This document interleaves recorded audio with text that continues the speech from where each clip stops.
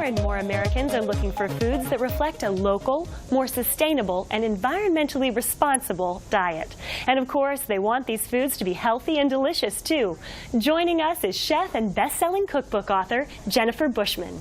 She's here with some important information and delicious recipes to help you make sustainability a staple at your table.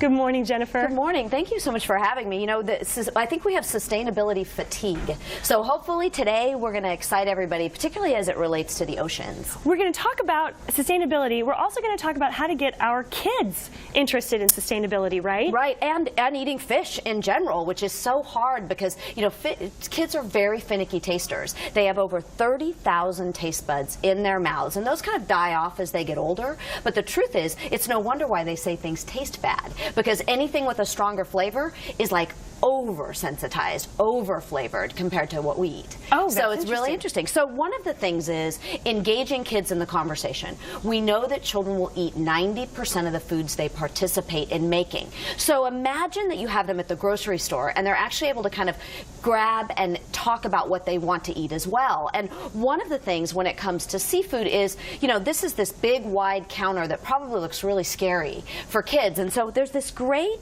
thing that you can use. This is Monterey Bay Aquarium Seafood Watches app. And what you can do is type in what they're looking at. So if they say see salmon and they say, oh, I would love to eat salmon tonight. Well, you go, okay, let's put in the salmon, where it comes from, and up will pop a red, a green, or a yellow rating. So green is green light go, right? You can eat anything that you want. Right. It's plentiful in the ocean. It might be farmed sustainably, or obviously it's being caught sustainably. Yellow is going to be something that's in process. You know, we want to make sure that we're cautious about it, but it's still good. And then red is never ever eat it. It's not good for you at all. And then the next thing is to look for things that they like, because obviously there are flavors that they're willing to eat and things that they're not. So we're going to make salmon today. Well, I'm very excited about that. While you get started, tell us a little bit about this recipe. Yeah, so this is a beautiful skewer, because I know that kids love to dip things and they like to try things in single little bites. So we're going to make Verlasso salmon. This is a farm salmon from off the coast of the Patagonia, and it's the only one to get a Good Buy alternative rating from Seafood Watch. That's a farmed salmon. So from an ocean-raised farm salmon perspective, all those farm salmon you see have never gotten a Good Buy alternative rating before. Okay, so and the kids, yeah, what the kids can do is they can see this gill tag. Every fish comes with this gill tag, and the gill tag actually has a QR code on the back. And what you do is you scan that, and they can meet the farmer and the farm where it came from. So we're going to take this salmon, and what we're going to do is we're just going to dust it with a beautiful little rub. It's smoked paprika and ground thyme, a little bit of, you can use a little, if you wanted to, you can use a little bit of garlic powder, cumin if you want. And then you're going to take it and put it onto a skillet and just cook the pieces until they're cooked through.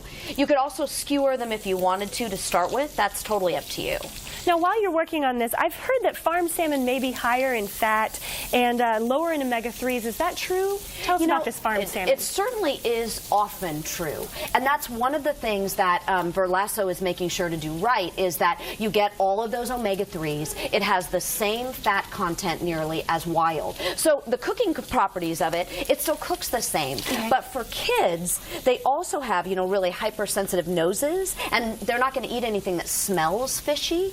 And one of the things about Verlasso is that they use less feeder fish out of the ocean to feed their salmon, and so it doesn't get that really super fishy taste. Because salmon are carnivores, and they eat anchovies and herring and all these things. So you want to brown these on both sides. These little cubes will actually cook through in the time it takes for them to get nice and brown. It's pretty quick, too. I know kids don't have much of an attention span, right, so they can help you to cook as well. It's true, and there's no fishy aroma from what we're cooking, which means it's not going to stink up the kitchen or the house, and they're going to really probably like it better. Right. And then I'm going to have you make some with some tomatoes, so go ahead and start skewering it. And then I'm serving it with different sauces. You could do a barbecue sauce if you want. You know, kids love to dip. We've got a ranch sauce, a peanut butter sauce, or even a tomato sauce, which if kids won't eat their veggies, you know, if they eat about a quarter cup of a tomato sauce, it's a good tomato sauce, they'll get a serving of vegetables. So it's like, you know, you can, again, kind of get them to eat something in a different way that they really like. And then this sauce, more for the adults, is creme fraiche, with a little bit of toasted cumin and some lime juice. And the lime really helps bring out sweetness in foods.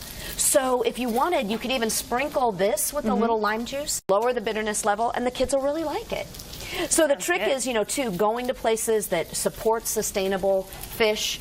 Fresh Market, for example, they have a phenomenal sustainability program. And what all of these retailers are trying to do, Fresh Market in particular, is go out, support this, be following a group like Seafood Watch at Monterey Bay Aquarium, and you'll be able to have these delicious foods. So we don't have very much time, but I know I want to make my skewer. And I also want you to tell us about how you can take this idea and maybe send it with the kids to school. Yeah, no, one of the things is, of course, we never know what gets eaten or not eaten at lunch. So what we do is we've got these great little ice packs. You freeze these or freeze a bottle of water. You can pack up, I recommend packing the sauce up separately than the meat. And then you can have maybe a little cup of cheese, your own little dips and skewers while they're at lunch.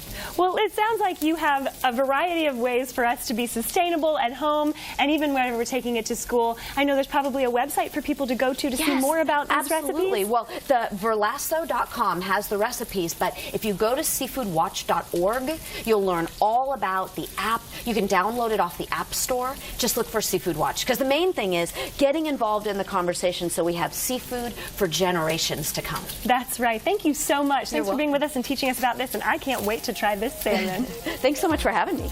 There's more Let's Talk Live, so don't you go away.